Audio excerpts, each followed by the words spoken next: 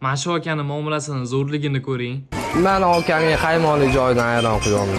Okajon kamchilik bo'lsa shu o'tkamizga kelaveradi. Mana mana shu ayron sotayotgan roliklari 1 milliondan oshiq prosmotr yig'di va agar kommentariyaga kiradigan bo'lsangiz, hamma shu muomalalarni juda ham maqtayapti va mana shu rolik orqali ular ham o'zlariga ishonch, ham o'zlariga sotib olib kelyaptilar. Va bu muomala o'zi bu servis. Va servis har bir biznesni, har bir xizmatni eng muhim taraflaridan bittasi. Ayniqsa siz marketing yoki SMM da ishlaydigan bo'lsangiz, ko'pchilik o'zini hard skilllarini rivojlantiradi, qanchalik u zo'r kontent qila oladi, qanchalik u target yoqa oladi va hokazo. Lekin ko'pchilik servisni unutib qo'yishadi. Bu servisning ichiga nima kiradi? Birinchi navbatda mutaxassis o'z gapida turishi. Agar siz bugun mana shu narsani qilaman degan bo'lsangiz, bugun o'shani qilishingiz shart. Va ikkinchisi bu o'sha ko'rsatganimizdek muomala. Buyurtmachi bilan, jamoa bilan qanaqa qilib kommunikatsiya qila olishingiz. Va uchinchi juda ham muhim bo'lgan punkt bu muammolarni yechish. Va shunaqa servis, shunaqa xizmat bu g'amxo'rlik. Va ko'pchilik bizneslar aynan shunaqa g'amxo'rlik uchun ko'p cheklarni to'lashga tayyor.